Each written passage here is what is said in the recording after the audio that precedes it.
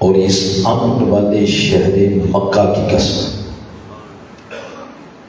4 قسمیں کھانے کے بعد اللہ تعالیٰ نے آگے ارشاد فرمایا کہ ہم نے انسان کو احسن تقویم پیدا کیا ہے۔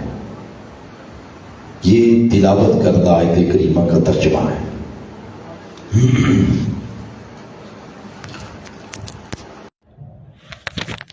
خاص بات جو آج ان آیت مبارکہ کی روشنی میں آپ کے سامنے کرنی ہے وہ یہ کہ پورے قرآن کا مطالعہ کرنے اللہ تعالیٰ نے پورے قرآن کے اندر اتنی خوبصورتی کے ساتھ کسی مخلوق کی تخلیق کا ذکر نہیں کیا جتنی خوبصورتی کے ساتھ اس نے حضرت انسان کی تخلیق کا ذکر کیا ہے۔ یعنی انسان کی تخلیق کا ذکر کرنے سے پہلے اللہ تعالیٰ نے 4 قسمیں کھائی،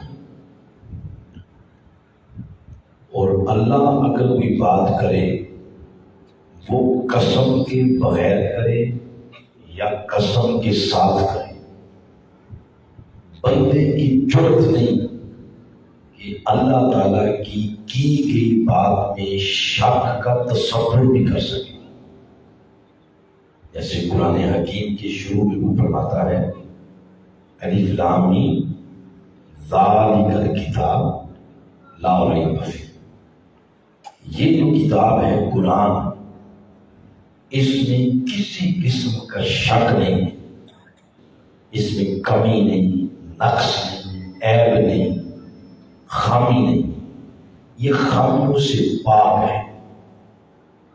جب اس کا کلام ہے ہی خامیوں سے پاک، وہ بات قسم کے ساتھ کرے یا قسم کے بغیر کرے، میرے اور آپ کے اندر یہ جرأت نہیں کہ اس کی گئی بات میں کوئی شک کا تصور کر سکے۔ اس کے باوجود یہ جو آیتیں میں نے پڑھی ہیں، اس میں جب اس نے انسان کی تخلیق کی بات کی، وہ 4 قسمیں کھائیں گی، انجیر کی قسم، زیتون کی قسم، طور سینا کی قسم، امن والے شہر مکہ کی قسم۔ اس سے مقصد یہ ہوتا ہے کہ جس کو بات سنائی جا رہی ہے اس کو جھنجھوڑا جا رہا ہے، خواب غفلت سے اس کو جگایا جا رہا ہے، تاکہ سراپے سماعت بن کے قرآن کی اس بات کو سنیں کہ بڑی خاص بات ہے کہ میرا رب خود قسمیں کھا رہا ہے۔ تو بندہ اس سے چکنا ہو جاتا ہے کہ اللہ نے قسم کیوں کھائی۔ تو 4 قسموں کے بعد جا کے ارشاد فرمایا کہ انسان کو ہم نے احسن تقویم پیدا کیا ہے۔ اب احسن تقویم کیا ہے؟ تو اس پر بہت کچھ مفسرین کرام نے لکھا ہے، مگر اس طرح بات کریں گے تو مشکل ہو جائے گی۔ سمپل سادی سی بات تاکہ مجلس میں بیٹھے ہوئے ہر بندے کو سمجھ آ جائے۔ سمپل سادہ اس کا معنی یہ ہے کہ اللہ تعالیٰ نے انسان کو سونا بنایا ہے۔ بولے کیا بنایا ہے؟ سونا نہیں، سونا، میں وہ لفظ بول رہا، سونا جو دونوں کے حساب سے بکتا ہے۔ تو فرمایا ہم نے، بیٹا کیا بات ہے، خاموشی سے بیٹھے، اللہ تعالیٰ نے فرمایا ہم نے انسان کو سونا بنایا۔ یہ معنی کیوں کیا ہے؟ اس لیے کیا ہے، امام غزالی لکھتے ہیں سونا کیسے بنتا ہے۔ امام غزالی لکھتے ہیں کہ یہ 7 زمینیں اللہ نے پیدا کی، اگر 7 زمینوں میں سے 3 زمینوں کی مٹی اور اس کے کیمیائی اجزاء آپس میں قدرتی طور پر مل جائیں تو پھر زمین کے اندر پتھر بنتا ہے۔ چار زمینوں کی مٹی اور اس کے کیمیائی اجزاء آپس میں قدرتی طور پر ملے تو پھر لوہا بنتا ہے، اور اگر 5 زمینوں کی مٹی کے کیمیائی اجزاء آپس میں قدرتی طور پر ملے تو چاندی بنتی ہے۔ 6 زمینوں کی مٹی کے کیمیائی اجزاء آپس میں ملے تو تانبا بنتا ہے، اور کل 7 زمینوں کی مٹی کے کیمیائی اجزاء آپس میں قدرتی طور پر ملے تو تب جا کے سونا بنتا ہے۔ ادھر انسان کو بھی کہا کہ یہ سونا کیوں؟ اس لیے کہ جب اللہ تعالیٰ نے انسان کو بھی بنایا تو انسان کے بنانے میں بھی کوئی ایک مٹی نہیں، 2 نہیں، 7 زمینوں کی مٹیاں استعمال کی۔ یہ ساری بات اللہ تعالیٰ نے قرآن کے اندر کی ہے۔ ایک مقام پر ارشاد فرمایا کہ انسان کی تخلیق میں جو مٹی استعمال ہوئی اس کا نام ہے تراب۔ یوں فرمایا هو الذی خلقکم من تراب۔ ایک اور مقام پر فرمایا انسان کی تخلیق میں جو مٹی استعمال ہوئی وہ ہے طین، جیسے فرمایا هو الذی خلقکم من طین۔ ایک اور مقام پر فرمایا انا خلقناکم من طین لازب۔ تیسری مٹی انسان کی تخلیق میں استعمال ہوئی طین لازب۔ سورۃ الحجر کے اندر فرمایا چوتھی مٹی جو انسان کی تخلیق میں استعمال ہوئی وہ ہے صلصال من حمأ مسنون، یہ چوتھی مٹی۔ 5ویں مٹی سورۃ الرحمن کے اندر فرمایا صلصال کالفخار، ان مٹی کا نام ہے۔ 7ویں نمبر پر سورۃ المومنون کے اندر فرمایا کہ جو مٹی 6 نمبر پر استعمال ہو وہ نمبر 6 ہے، مگر کل 7 زمینوں کی مٹیوں کا خلاصہ ہے، اس کا نام ہے سولالہ۔ یہ 7 زمینوں کی مٹیاں ہوگی اور ایک پانی کی مانند نطفہ ہے، وہ استعمال کر کے جو فرمایا خلقت بیدیا، کہ میں نے اپنے دست قدرت سے جو شہکار ترتیب دیا اس کا نام حضرت انسان ہے۔ تھوڑا سا سادہ کریں تو انسان کی تخلیق میں کل 7 زمینوں کی مٹیاں استعمال ہوئی۔ اب اللہ پاک نے اس کو سونا بنا کے بھیجا دنیا میں۔ کیا بنا کے بھیجا؟ بولے سونا۔ آج جو ہماری مجلس ہے یہ ختم کل ہے، تو ختم کل کے ساتھ میری گفتگو کا تعلق کیا ہے وہ میں آپ بتانے لگا ہوں۔ اس نے سونا بنا کے بھیجا ہے دنیا میں انسان کو، اور پیغام یہ دے دیا کہ تمہیں بنا کے تو بھیجا ہے سونا، اب کوئی دنیا میں رہے گا 10 سال، کوئی 20 سال، کوئی 35 سال، کوئی 50 سال، کوئی 70 سال، حد بھی کر لے تو 100 سال کی۔ اگر 150 سال بھی وہ جی لے بالآخر اس نے واپس بلانا ہے، اور پیغام یہ دینا چاہتا ہے کہ تمہیں بنا کے بھیجا ہے سونا، اگر میں نے تمہیں 70 سال بعد بھی واپس بلایا یہ بات بھولنی نہیں ہے، جس طرح میں نے سونا بنا کے بھیجا تھا میں نے 70 سال بعد بھی اگر واپس دیا تو میں نے سونا ہی واپس دینا، میں نے کھوٹ واپس نہیں دینا۔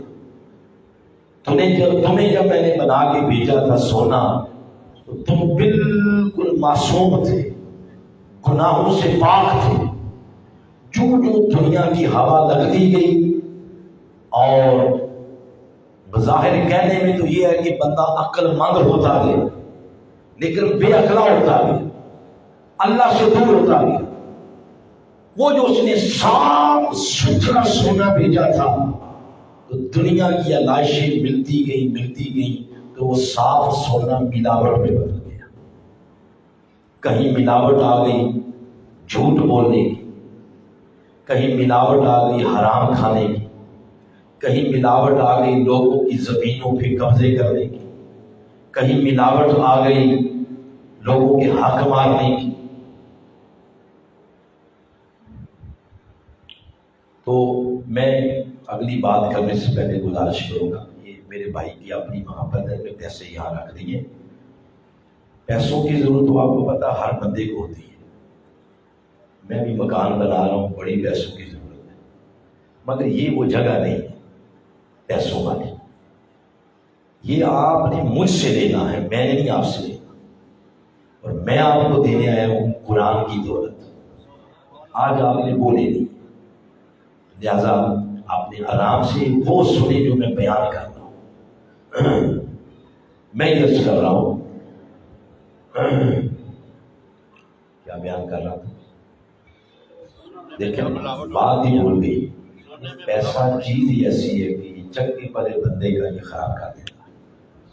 بسم اللہ الرحمن الرحیم. میں یہ کر رہا تھا کہ جو پھر بندے کو ہوا لگتی ہے دنیا کی تو سونا ملاوٹ میں تبدیل ہونا شروع ہو جاتا ہے. وہ ملاوٹ کیا ہے؟ جھوٹ بولنا، حرام کھانا، بجلی چوری کرنا، لوگوں کی زمینوں پہ قبضے کرنا، گلے سڑے جملے بول کے لوگوں کا دل جلانا، جس کو ہم کہتے ہیں شریکہ پانا. یہ باتیں کرنا، نماز نہ پڑھنا، اللہ سے دور دور رہ کے زندگی گزارنا، یہ ملاوٹ ہے. اور اس کو ہم اپنی زبان میں کہتے ہیں کھوٹ. بولو کیا کہتے ہیں؟ ادھر سونا ہے تو مقابلے میں کیا آ گیا؟ کھوٹ آ گیا. تو اس سونے کو ہم نے کھوٹ میں تبدیل کر دیا. وہ پیغام یہ دے رہا ہے کہ بندے اگر 70 سال بعد بھی میں نے تجھے واپس بلایا، یہ بات بھولنی نہیں. جس طرح میں نے سونا بنا کے بھیجا تھا میں نے اسی طرح سونا واپس دینا. لہذا قبر میں آنے سے پہلے یہ ابھی وقت ہے اس سونے کے ساتھ جو کھوٹ مل گیا ہے اس کو دور کر. اگر وہ کھوٹ لے کے تم قبر میں آ گئے تو وہ پھر خود کھوٹ دور کرے گا. وہ کیسے کرے گا؟ ہم کیسے کرتے ہیں؟ ویسے سونے سے کھوٹ دور سنیارے کیسے کرتے ہیں؟ آگ میں رکھتے ہیں سونے کو تاکہ اس کا کھوٹ الگ ہو جائے. آگ میں رکھا جاتا ہے. وہ بھی ایسے ہی کرے گا، وہ بھی آگ میں ڈالے گا. پھر بندہ کہتا ہے یہ عذاب ہے، یہ عذاب ہے. تو وہ کہتا ہے یہ عذاب نہیں ہے. ما یفعل اللہ بعذابکم، میں نے کیا کرنا تمہیں عذاب دے کے. تو مولا یہ آگ یہ عذاب نہیں ہے. وہ فرماتا عذاب نہیں، یہ در حقیقت وہ جو سونے کے ساتھ کھوٹ مل گیا ہے اس کھوٹ کو دور کرنے کا ایک الوہی طریقہ ہے تاکہ قبر کے اندر ہی کھوٹ دور ہو جائے، ملاوٹ دور ہو جائے اور انسان اتنا صاف ستھرا مزکا مجلہ ہو جائے کہ قیامت کے روز رب کی صحبت میں بیٹھنے کے قابل ہو جائے. یہ عذاب نہیں ہے، یہ در حقیقت اس کا کھوٹ دور کیا جا رہا ہے. اگر سمجھتے ہیں عذاب ہے تو فرماتا ہے تمہارے کسی نے ہاتھ نہیں باندھے. اگر تم یہ برداشت نہیں کر سکتے تو قبر میں آنے سے پہلے اس کھوٹ کو خود ہی دور کرو. اگر تم سمجھتے ہو کہ ہم برداشت نہیں کر سکتے، اس نے فری ہینڈ دے دیا کھوٹ دور کر. اب دیکھیں آپ آج یہ آپ کی مسجد ہے، کتنی خوبصورت مسجد بنی. اگر اس کا ایسٹیمیٹ لگایا جائے آج تو اتنی بڑی مسجد بنانے کے ایک منزلہ ہے، دو منزلہ ہے. اتنی بڑی مسجد بنانے کے لیے کم از کم 2.5-3 کروڑ روپیہ چاہیے. ایسے ہی ہے نا، اتنی مسجد آپ نے عظیم و شان بنائی ہے. اب مجھے نہیں پتا لیکن اسیسمنٹ میری ضرور ہے کہ فجر کے ٹائم ٹوٹل یہاں 10 بندے ہوتے ہو. یہ گواہ سب سے بڑے پاس بیٹھے ہیں، یہ بتا دیں زور کے ٹائم یہ کوئی 10-20 بندے ہوتے ہو. اگر 10-20 بندوں کے لیے اتنے 2.5 کروڑ لگانے کی کیا ضرورت تھی؟ ایک کمرہ بنا دیتے، 10 بندے آ کے نماز پڑھ لیتے، اور جمعے والے دن ٹینٹ لگا دیتے، آ کے نماز پڑھتے. باقی دکانیں بنائیں، بزنس کریں، کاروبار کریں، کیونکہ ہمیں روپیے کی ضرورت ہے، نیکی کی تو ضرورت ہے ہی نہیں. دکانیں بنائیں، بلیر کے پھٹے لگائیں تاکہ لوگ بزنس کریں. اتنی بڑی مسجد کیوں بنانا؟ اتنی بڑی مسجد بنا کے نمازی 10 ہیں، تو اس کا مطلب ہے ہمارا سونا کھوٹ میں تبدیل ہو گیا، ملاوٹ زیادہ ہو گیا. اللہ سے دور دور رہ کے اب زندگی گزار رہے ہیں. کب تک دور رہیں گے؟ بالآخر قبر کے اندر اس نے قابو کر لیا. لیکن تب کیا پچھتانا جب چڑیاں بولو چگ گئی کھیت. پھر پچھتاوے کا فائدہ نہیں ہوگا. قبر کے اندر جا کے بندہ یہ بولے گا یا قدمت لحیاتی، وہ کہے گا کاش مولا تھوڑی سی مہلت توڑ دے دے، میں واپس جانا چاہتا ہوں. وہ پوچھے گا کہ واپس جا کے کیا کرے گا؟ وہ کہے گا مولا کو تھوڑی سی زندگی کی سانسیں اور دے، پھر تو دیکھ میں جا کے کس طرح نیکیوں کے انبار لگاتا ہوں. تو وہ آگے سے کہے گا تو 2-4 سانسوں کی بات کرتا ہے. وہ پگلے انسان تجھے پورے 70 سال دیے تھے، تجھے پورے 60 سال دیے تھے، 70 سالوں میں تو نہیں سنورا تو 2 سانسوں میں جا کے کیا کر لے گا؟ 70 سال میں تو اپنی چودراہٹ چمکاتا رہا ہے، اپنی برادریاں چمکاتا رہا ہے، بزنس چمکاتا رہا ہے. تجھے کسی نے نہیں بتایا تھا کہ بالآخر تو نے میرے پاس آنا.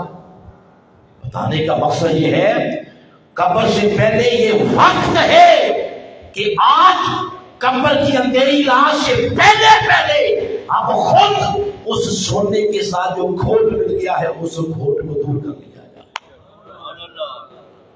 اور اگر اندر کا ضمیر جاگ اٹھے، اندر کا ضمیر بولے جاگ اٹھے، تو پھر قرآن پڑھے.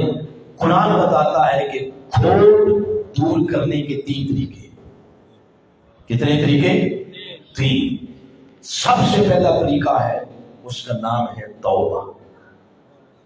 دوسرے کا نام ہے صحبت، وسیلہ. یہ 3 طریقے ہیں کھوٹ دور کرنے کے. ایک توبہ، ایک صحبت اور ایک وسیلہ. یہ 3 طریقے ہیں کھوٹ دور کرنے کے، اور یہ نمبر وائز ہے. کریں تو یہ نہیں ایسا ہے. پہلے مکمل توبہ کا، بندے تیرا کھوٹ دور ہوگا توبہ سے. اور اگر کوئی بندہ 20 سال توبہ کرتا رہا لیکن اس کا کھوٹ دور نہیں ہوا، تو اس کا مطلب وہ ہے کہ بندے تیرا کھوٹ اتنا زیادہ ہے کہ تیری توبہ میں پاور ہی نہیں کہ تیرا کھوٹ دور کر سکے. اب آپ اس توبہ سے کوئی اونچا درجہ، کوئی طاقتور عمل اپنا تاکہ جو کھوٹ توبہ سے دور نہیں ہوا وہ اس سے دور ہو جائے.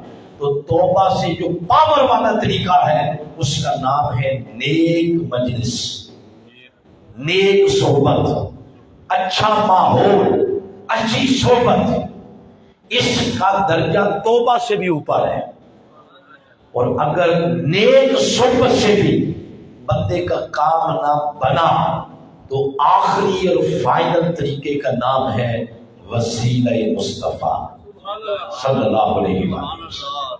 یہ 3 طریقے ہیں کھوٹ دور کرنے کے. تو پہلا طریقہ ہے توبہ. بولو پہلا طریقہ کیا ہے؟ اب یہ جو توبہ ہے، توبہ کے بارے میں غلط فہمی ہے. ہمارے دل میں، ذہن میں یہ پتہ نہیں کہاں سے آ گیا ہے کہ ہم کہتے ہیں توبہ یہ ہے کہ وہ جو یتیم کی زمین پہ قبضہ کیا ہوا ہے نا میں نے، وہ بھی میرے پاس ہی رہے، اور 1 سال عمرے پہ جاؤں اور توبہ کروں۔ وہ جو لوگوں کا راستہ بند کیا ہوا ہے وہ بھی بند ہی رہے، اور تہجد شروع کر دوں، داڑھی رکھ لو، تو یہ میری توبہ ہو گئی۔ ہمارے یہاں توبہ کو مذاق بنایا ہوا، وہ کسی غریب کی بچی بیاہ کے لائی تھی گھر میں، بہو بنا کے، ساس اور سسر نے تنگ کر کر کے بچی کو خون کی آنسو رلا دیا ہے، اور اپنی بچی کے بارے میں ایک پھولوں کی سیج پر سوئے، اور جو دوسروں کی بیاہ کے لائی ہے اس کا سانس ناک میں لایا ہوا ہے، اور کہتے ہیں کہ ہم بڑے پکے نمازی، بیٹے نے حج کرا دیا، وہ طلاق دے دی بغیر قصور کے، برادری ٹوٹی ہوئی ہے، ٹوٹی ہوئی تسبیح کے دانوں کی طرح بکھری ہوئی ہے، چرس پیتے ہیں، شراب پیتے ہیں، چوریاں کرتے ہیں، ڈکیتیاں کرتے ہیں، ساتھ یہ بھی چلتا رہے اور ساتھ عمرہ کر رہے ہیں، اور تو کہیں کہ ہماری توبہ ہو۔ یہ توبہ نہیں، یہ جو میں باتیں کر رہا ہوں نا یہ ہے کڑوی، مگر یہی سچ ہے۔ اور یہ جو منصب ہے نا جہاں میں بیٹھ کے بات کر رہا ہوں، یہ منصب اس کی عطا ہے۔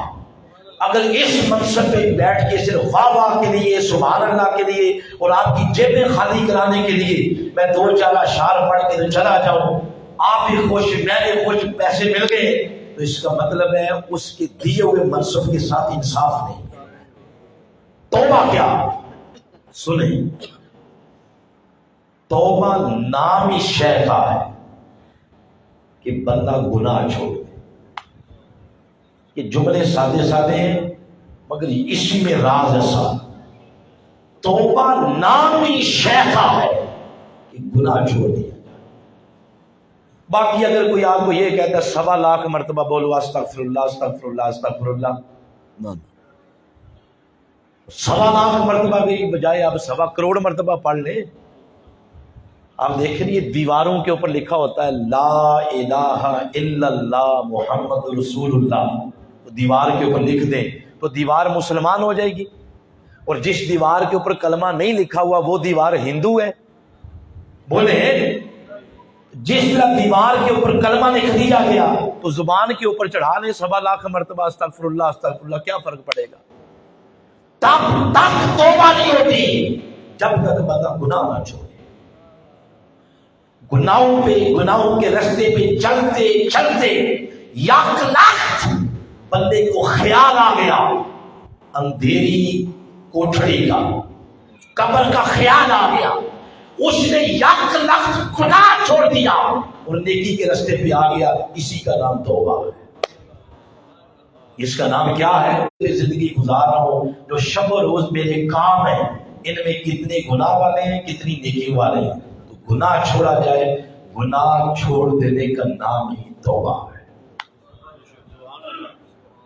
جب گناہ چھوڑ دیں گے اس کے بعد جب آپ کہیں گے مسلمانوں جن کا مقام یہ نہیں جہاں ہم بیٹھے ہوئے ہیں، ان کا مقام اس سے ماورا ہے۔ آپ اسلام کا مقام پہلا آسمان بھی نہیں، اس سے بھی ماورا، دوسرا بھی نہیں، اس سے بھی ماورا ہے، 7واں آسمان نیچے، دنا نیچے، تدلا نیچے، کعبہ قوسین نیچے، او ادنا، جہاں رب اپنے حسن کے سارے پردے ہٹا کے بلا حجاب اپنے حبیب کو اپنی زیارت کرواتا ہے، مصطفیٰ کا مقام وہ مقام ہے۔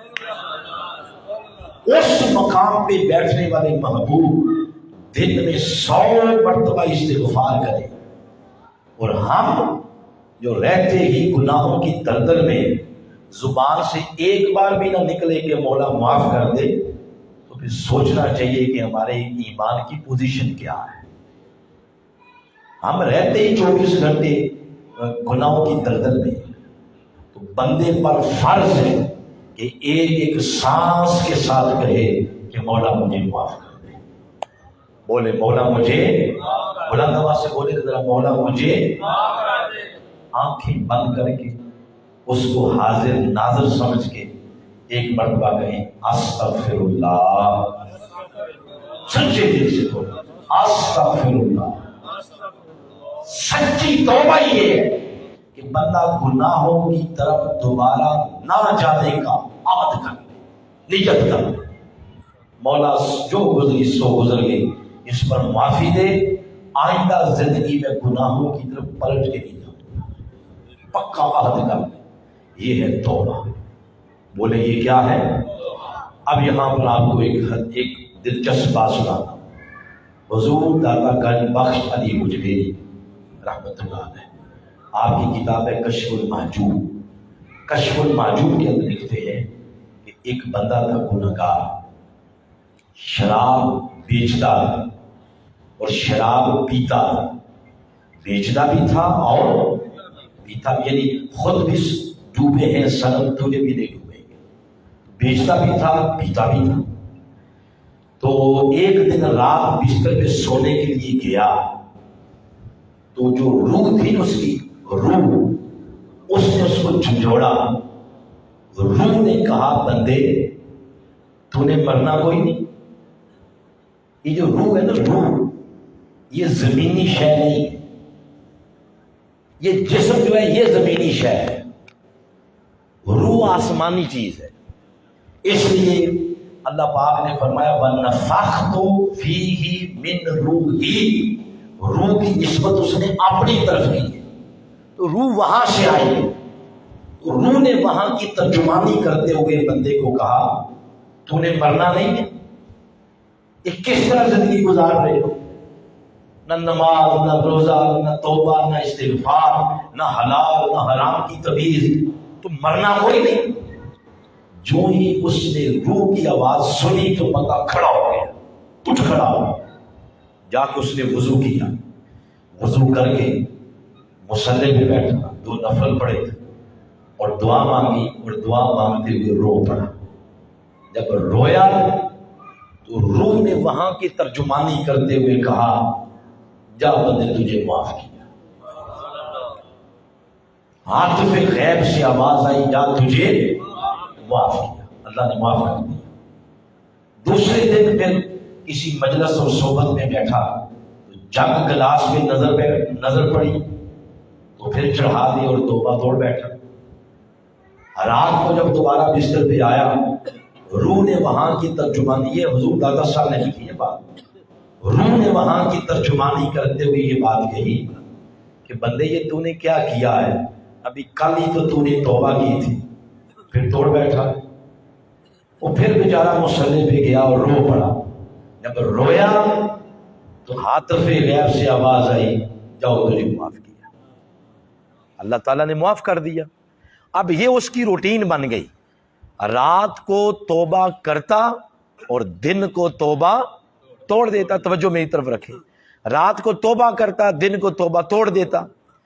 جب 70 بار ایسا ہوا، اس رات جب اس کی زبان سے یہ نکلنے لگا استغفر اللہ، تو اس کی زبان پھسل گئی، یہ لفظ زبان پہ چڑھتا ہی نہیں تھا۔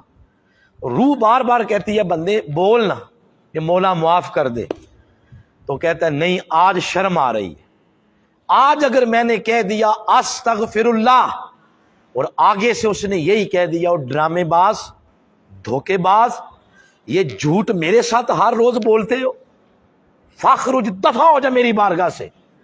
اگر اس نے اپنی بارگاہ سے نکال دیا تو اس کے دروازے کے علاوہ اس کے محبوب نے کوئی دوسرا دروازہ دکھایا ہی نہیں، تو میں کدھر جاؤں گا؟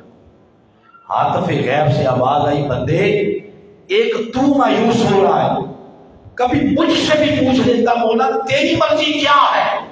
تو فرماتا ہے بندے مجھے میری عزت کی قسم، اگر 1 لاکھ بار بھی تو توبہ توڑ کے میری بارگاہ میں رو کے کہتا مولا معاف کر، تو میں تجھے پھر بھی معاف کر دوں گا۔ یہ میری پہچان ہے کہ اللہ اکبر میں سب سے بڑا ہوں، تو جو جتنا بڑا ہوتا ہے وہ اتنا زیادہ معاف کرتا ہے۔ تو پہلا طریقہ جو کھوٹ دور کرنے کا وہ توبہ ہے۔ بولو کیا ہے؟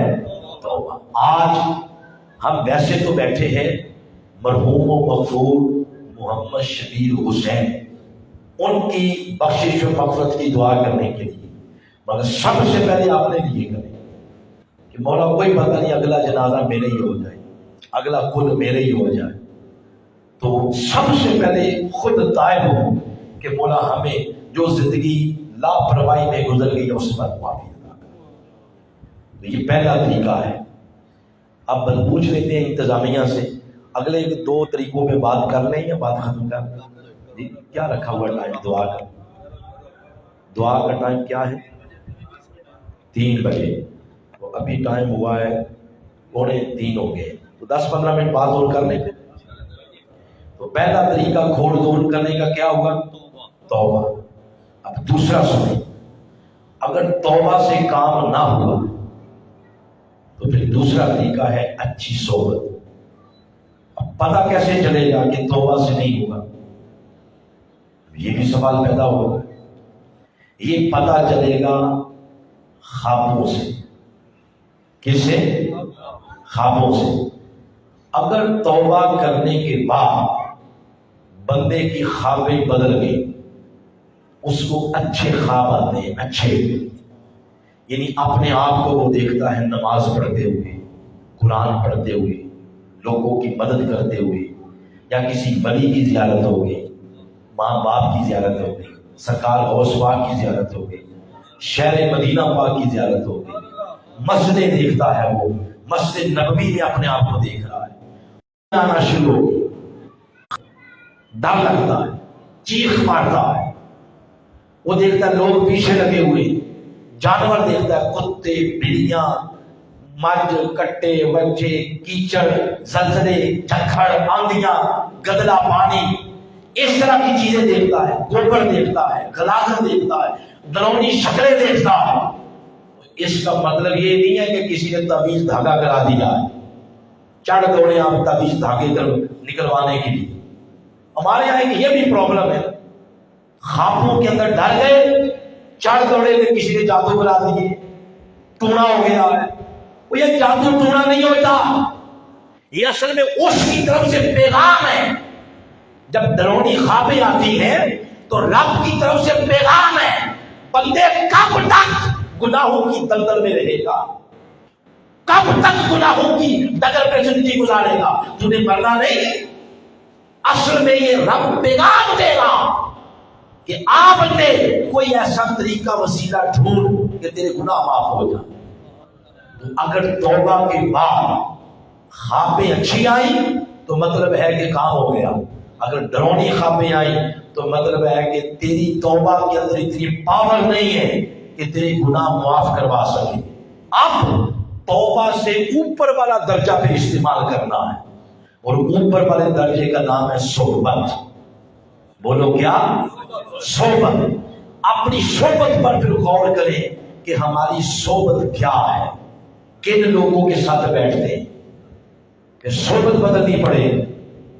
اگر صحبت جرسیوں کی ہے، شرابیوں کی ہے، زانیوں کی ہے، ان لوگوں کے پاس آپ ہمہ وقت بیٹھے رہتے ہیں، نہ کام، نہ روزہ، نہ نماز، نہ حلال، کسی شے کی تمیز ہی نہیں، گالی گلوچ، گندی باتیں، گندے گندے خیالات، یہ ساری گندی صحبت ہے۔ اور یہ بھی ایک صحبت ہے۔ بولیں ادھر دیکھیں میری طرف، یہ بھی کیا ہے؟ صحبت ہے۔ پہلے پہلے والدین اپنے بچوں کو روک لیتے تھے گھروں میں کہ باہر بری صحبت میں نہیں جانا۔ اب آپ ان کو گیٹ بند کر دیں، کمرے میں بٹھا دیں، وہ شکر کریں گے کمرے میں بٹھایا انہوں نے۔ وہ موبائل فون لیں گے، اس کے اوپر غلاظت دیکھی، رات 2 بجے تک یوٹیوب کھول لی، گند دیکھا، غلاظت دیکھی، یہ بھی گندی صحبت ہے۔ یعنی آپ اگر قرآن پڑھتے ہیں تو سمجھ لیں آپ اللہ کی صحبت میں چلے گئے، حدیث پڑھتے تو سمجھ لیں آپ حضور کی صحبت میں چلے گئے، آپ حسنین کریمین پر کوئی کتاب پڑھتے تو سمجھ لیں آپ امام حسین کی صحبت میں چلے گئے، آپ صدیق اکبر کے واقعات پڑھتے تو سمجھ لیں آپ سیدنا صدیق اکبر کی صحبت میں چلے گئے، آپ داتا صاحب کی کتاب کشف المعجون پڑھتے تو سمجھ لیں آپ داتا صاحب کی صحبت میں بیٹھ گئے۔ یعنی مطلب یہ ہے کہ پھر اپنی صحبت پر غور کریں۔ 50 سال جو گناہ توبہ سے معاف نہیں ہوتے وہ نیک صحبت میں بیٹھنے کی برکت سے معاف ہو جاتا ہے۔ یہ صحبت کو ہم ایسے ہی سمجھتے رہتے ہیں. ہم سمجھتے ہیں کہ شاید صحبت کا کوئی درجہ نہیں. توبہ سے درجہ اوپر ہے صحبت کا. لہذا یہ بلیئر کے پھٹوں پہ بیٹھ جانا، یہ شرابیوں کے پاس بیٹھ جانا، چوکوں میں تھڑوں پہ بیٹھ جانا، تو ہم سمجھتے ہیں کہ ایسے ہی ہے. نہ اس صحبت پر بندے کا فیصلہ ہوتا ہے. مثلا جنہوں نے حضور اسلام کو براہ راست دیکھا ان کو ہم کیا کہتے ہیں اپنی زبان میں؟ بولو نا. صحابہ کرام. کیا کہتے ہیں؟ صحابہ کرام. تو صحابی کس کو کہتے ہیں؟ صحبت والا. کس کی صحبت والا؟ مصطفیٰ کی صحبت والا. یہ سورۃ الفتح میں بیان کیا والذین معہ. صحابہ وہ ہے جو میرے حبیب کی صحبت میں رہتے ہیں. نام نہیں لیا کہ وہ نمازی تھے، وہ غازی تھے، وہ مجاہد تھے، وہ جہاد کرتے تھے، وہ تقوی والے تھے. نہیں، حالانکہ یہ کرتے تھے، وہ جہاد بھی کرتے تھے، نمازیں بھی پڑھتے تھے، تہجد بھی پڑھتے تھے، مگر قرآن میں جب تعارف کروایا تو یہ نہیں فرمایا کہ صحابہ وہ جو نماز پڑھتے تھے، صحابہ وہ جو تقوی والے تھے، صحابہ وہ جو جہاد کرتے تھے. نہیں، کوئی عمل ان کی شخصیت کی پہچان نہیں بنا، صرف یہ عمل ان کی شخصیت کی پہچان بنا. کون سا؟ والذین معہ. فرمایا وہ میرے محمد والے، وہ میرے حبیب کی صحبت میں بیٹھتے ہیں. یاد رکھیں، ادھر بندہ نماز پڑھتا ہے اور جا کے چرسیوں کے پاس بیٹھتا ہے تو نماز پہ فیصلہ نہیں کیا جائے گا، فیصلہ صحبت پہ کیا جائے گا. فیصلہ کس پہ کیا جائے گا؟ صحبت پہ کیا جائے گا. یہی وجہ سورہ بنی اسرائیل پڑھے آیت نمبر 71. اللہ پاک روز قیامت اپنے بندوں کو آواز دے گا، یوم ندعو کل اناس بإمامہم. اللہ ہر شخص کو اس کی صحبت کے نام سے یاد کرے گا، عمل کی وجہ سے نہیں. یہ نہیں کہا جائے گا نمازی آ جاؤ، مجاہد آ جاؤ، غازی آ جاؤ. فرمایا جائے گا غوث پاک کی صحبت میں بیٹھنے والے آ جاؤ، چرسیوں کی صحبت میں بیٹھنے والے ادھر آ جاؤ، شرابیوں کے ساتھ بیٹھنے والے ادھر آ جاؤ، نیک لوگوں کی مجلس میں بیٹھنے والے ادھر آ جاؤ. یعنی فیصلہ رب عمل پہ نہیں کرے گا، فیصلہ صحبت پہ کرے گا. اب آپ دیکھ لیں، جس کسی کی عمر 70 سال ہو گئی، کسی کی 80 سال، تو آپ دیکھ لیں کہ آپ نے صحبتیں کون سی اختیار کی. اب اس میں سیاسی پارٹیاں بھی آ جاتی ہیں. کوئی یہ نہ کہے 70 سال آپ نے ان کو سپورٹ کیا جن کا دھندا ہے پوری دنیا میں کرپشن، اور یہ کہ نہیں ادھر میں 5 نمازیں بھی تو پڑھتا ہوں نا. اس میں سب کچھ آ گیا. سیاسی پارٹیاں، چوک تھڑے، پلیئر کے پھٹے، ہر شے اس میں یہ دیکھا جائے گا کہ تم نے زندگی ساری اپنا وزن کس صحبت میں ڈالا ہے، اپنا وزن کس پڑھنے میں ڈالا. لہذا اگر کوئی ایسی صحبت اختیار کر بیٹھے کہ جو آپ کا دل کہتا ہے کہ یہ اس کی وجہ سے میں پکڑا جاؤں گا، تو آج وقت ہے پاؤں کی جوتی کی نوک سے ایسی صحبت کو ٹھوکر مار. اب نیک صحبت کی پہچان بتا دو. بولو، میری طرف دیکھ کے میں جب سے خطاب کر رہا ہوں وہ بھائی جو بیٹھے ہیں انہیں ادھر دیکھا ہی نہیں مڑ کے کہ یہ بندہ بھی ہم نے وہ بلایا ہوا ہے. میں یہ عرض کر رہا ہوں اب نیک صحبت کی آپ کو میں پہچان بتا رہا ہوں. سجے کھبے سے پوچھنے کی ضرورت ہی نہیں کہ یہ نیک ہے، یہ بات ہے نا. سب سے بڑے مفتی صاحب اندر بیٹھے، کسی مجلس میں بیٹھ کر آپ کا خیال اللہ کی طرف چلا گیا، سمجھنا یہ نیک صحبت ہے. بس یہ بھیجا. جس مجلس میں بیٹھ کے ایک لمحہ بھی خیال نیکی کی طرف نہیں جانا اور اللہ کی طرف نہیں جانا، وہ صحبت ہے جس کی وجہ سے بندہ پکڑا جائے گا. لہذا دوسرا طریقہ کھوٹ دور کرنے کا وہ صحبت ہے.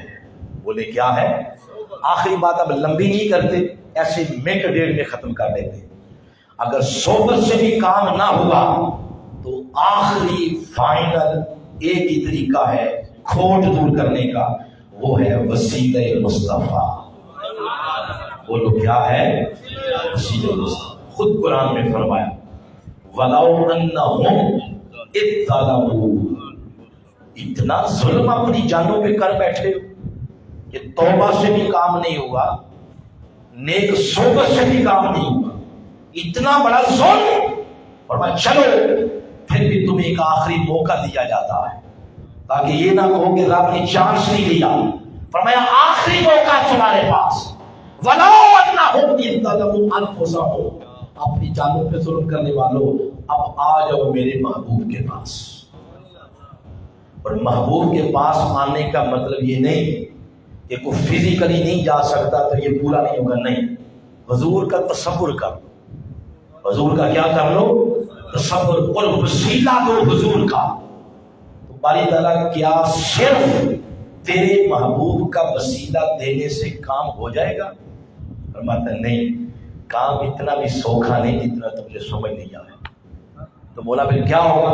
فرمایا پہلا تو کام تم نہیں کرنا ہے، وسیلہ دینا ہے، دوسرے نمبر پہ میں ان سے پوچھوں گا۔ محبوب اس کو جانتے ہو، نام لے رہا ہے آپ کا، آپ اس کو پہچانتے ہیں، اور کیا خیال ہے اگر زبان مصطفیٰ سے نہ نکل گیا تو کوئی اور رستہ ہے پھر؟ اس لیے سیانے کہتے ہیں کم از کم اپنے نبی کے ساتھ اتنا تعلق تو ضرور رکھو نا کہ روز قیامت حضور یہ کہہ سکے کہ مولا میرے ہی اجڑ کی بچھڑی ہوئی بکری ہے، میرے ہی اجڑ کی بکری ہے۔ اتنا تعلق ضرور رکھو اپنے نبی کے ساتھ۔ تو پھر قرآن کہتا ہے کہ جن کا تم وسیلہ دے رہے ہو یہ وہ در ہے، وَأَمَّا السَّائِلَ فَلَا تَنْهَرْ، یہاں سے کبھی منگتے خالی لے جاتے۔ حضور آگے عرض کریں گے باری تعالیٰ امتی میرے ہی ہے مگر عمل میں پیچھے رہ گیا۔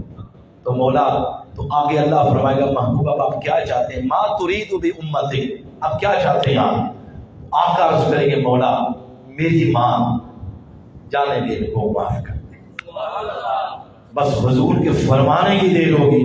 اللہ فرماتا ہے لَوَجَدُ اللَّهَ تَوَّابًا رَحِيمًا، ضرور ضرور ضرور تم اللہ کو تواب بھی پاؤ گے پھر رحیم بھی پاؤ گے۔ یہ اللہ معاف کر دے۔ یہ تین طریقے ہیں کھوٹ دور کرنے کے، قرآن پاک سے میں نے آپ کو بتایا۔ ایک طریقہ استثنائی صورت بھی ہے۔ استثنائی مطلب یہ ہے کہ ویسے تو بندے جاتے ہیں 40 دن کے لیے حج پر، 40 دن کے لیے، مگر جو ہی حج کا دن قریب آتا ہے تو ایک خاص کوٹا آ جاتا ہے ملازمین کے لیے، وہ 5 دن ہوتا ہے۔ اب ایک خاص کوٹا بھی بتا رہا ہوں، ایک خاص کوٹا ہے جو پل جھپکنے میں بندے کو زمین سے اٹھا کے عرش کی بلندیوں پہ فائز کر دیتا ہے، وہ ہے والدین کی خدمت۔ بولو والدین کی خدمت۔ اور والدین کی خدمت کا معنی یہ قطعاً نہیں ہے کہ انہیں کوٹھی بھی بنا دیں، گاڑی بھی لے دیں، نوکر بھی رکھ دیں، خود باہر رہیں اور 2 سال آئیں کوئی نہ۔ ان کا روپیے دے کے دل ٹھنڈا نہیں ہوگا، ان کا دل تب ٹھنڈا ہوگا جب خود بیٹا آ کے پانی ڈال کے دے۔ خدمت کا معنی یہ استثنائی صورت ہے۔ بڑے بڑے لوگ ایسے تھے جو ماں اور باپ کی خدمت کرنے سے ایسے ایک رات میں ہی زمین سے اللہ نے اٹھایا اور آسمان کی بلندیوں پہ فائز کر دیا۔ بندہ ہواؤں میں بھی اڑتا پھرے، ماں باپ جس کے راضی نہیں ہے وہ بندہ زیرو ہے۔ آؤ کبھی بھی اپنے ماں باپ کو تنگ نہیں کرنا۔ اللہ تعالیٰ اپنی بارگاہ سے کرم فرمائے، ہمیں توبہ کی بھی توفیق دے، نیک صحبت کی بھی توفیق دے، اور اللہ اپنے محبوب کی توجہات کے سائے میں رکھے اللہ تعالیٰ۔ تو بات یہاں پہ ختم کرتے ہیں، آپ کا ٹائم کیونکہ مکمل ہو گیا ہے۔ میری زبان سے جتنی باتیں نکلی ہیں آقا علیہ السلام کی وسیلہ دے کے دعا کرتے ہیں اللہ قبول فرمائے۔ اس کا اجر ثواب مرحوم مغفور محمد شریف حسین صاحب ان کی روح کو پیش کرتے ہیں، اللہ قبول فرمائے۔ یہ ہمارے امانت علی قادری صاحب کے ہمارے منہاج القرآن تحصیل لالا موسیٰ کے نائب ناظر ہیں، یہ ہماری منہاج القرآن کی فیملی ہے، اور یہ فیملی کے دکھ درد بھی سانجھے ہیں۔ میں آج اپنے مرکز کی طرف سے نمائندگی کرتے ہوئے اس پوری فیملی کے ساتھ اظہار تعزیت کرتا ہوں۔ یہ پوری فیملی جتنا وقت اس مشن منہاج القرآن کو دیتے ہیں اس وقت کے صدقے اللہ ان کے والد محترم کو جنتوں میں اعلیٰ مقام عطا فرمائے۔ وما علیہ الا البلاغ۔